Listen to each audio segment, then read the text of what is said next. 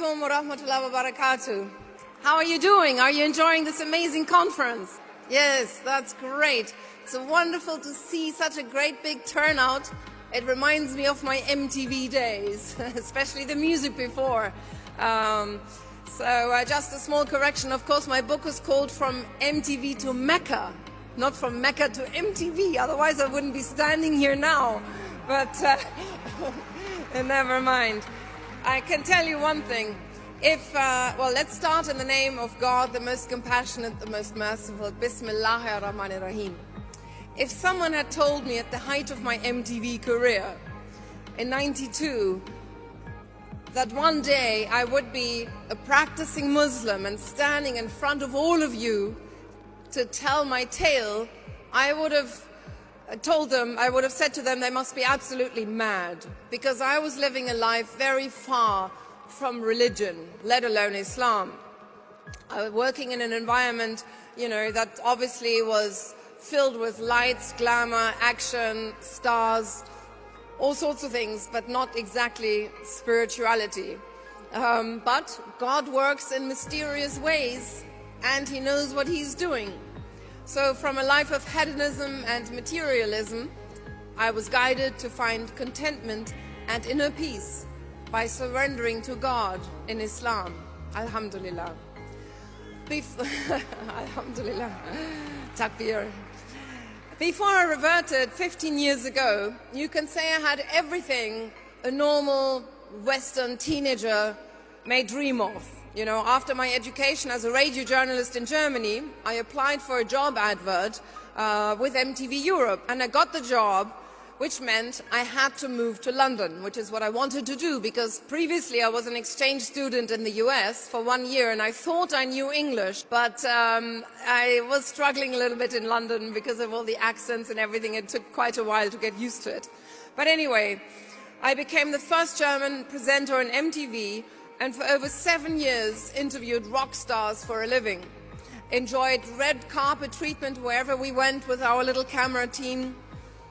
I went to a lot of VIP parties and often had 2-3 invites a night. I interviewed the Rolling Stones, went on the road with Prince, met Robbie Williams, and hung out with Elizabeth Hurley, all famous people during my heydays. I don't know if any one of you still knows these people, but you were very, very famous, a bit like Lady Gaga and so on nowadays. Anyway, once I went on stage in front of not 8,000 people, but 70,000 people. There was a sea of people and everybody screaming and clapping, and it felt like floating on a cloud of energy.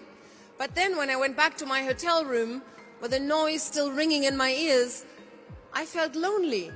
And somehow I had to come down from this rush of energy, and I often was quite unhappy and not really satisfied despite having everything, you can say, materially, externally.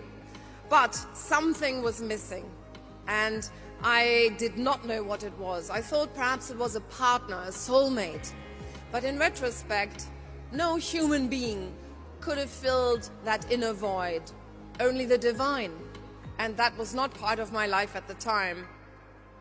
Eventually, I experienced a deep crisis. I was rushing from one show to the next, always having to perform, always having to be perfect, and I didn't know why I was doing what I was doing. And on my way to Belgium to host yet another show, I was so low, I thought to myself, if the plane was to crash, I couldn't care less. And it was at this time of dissatisfaction that I was introduced to Islam. Not by a long-bearded imam who perhaps rammed religious rulings down my throat, no, by a handsome sports star, Imran Khan. And I don't know if you know Imran Khan here in America. He was the captain of a cricket team in Pakistan, and he is now running for Prime Minister also in Pakistan. Anyway, so he talked about philosophy, and I always liked philosophy, and he talked about Islamic philosophy. And in fact, just when I met him, he had just won the World Cup for Pakistan, which had completely passed me by, because being German, I wasn't raised with cricket, so I had no idea who he was.